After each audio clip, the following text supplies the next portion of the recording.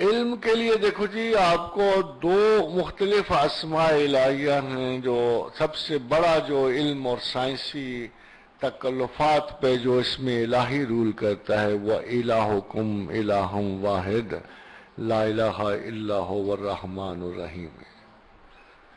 اس لیے کہ جب آپ یہ پڑھتے ہو وَإِلَٰهُكُمْ إِلَٰهٌ وَاحِدٌ لَا إِلَٰهَ إِلَّا هُوَ الرَّحْمَٰنُ الرَّحِيمُ، تو جو علمی حقیقتیں ہیں اس نام کے سائے میں دی گئی ہیں.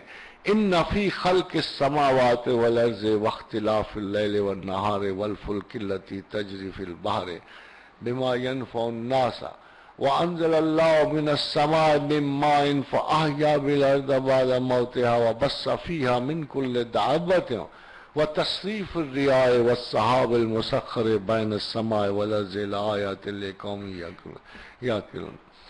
تو یہ تمام کام، یہ 8 کام ہیں اور تمام ہی تسخیر علمیہ کے کام ہیں، وہ اس اسم اعظم کے تحت درج ہیں. وَإِلَٰهُكُمْ إِلَٰهٌ وَاحِدٌ لَا إِلَٰهَ إِلَّا هُوَ الرَّحْمَٰنُ الرَّحِيمُ. اس کے علاوہ علیم و حکیم کے اسماء جو ہیں اور سمیع و بصیر کے اسماء جو ہیں یہ علم و حکمت پہ رول کرتے ہیں. یا جیسے یا سمیع ہو یا بصیر ہو یا حکیم بھی آپ تلاوت کر سکتے ہیں، یا لطیف ہو یا خبیر یا اللہ. تو مختلف اسماء علم کی مختلف کیٹیگریوں کو واضح کرتے چلے جاتے ہیں.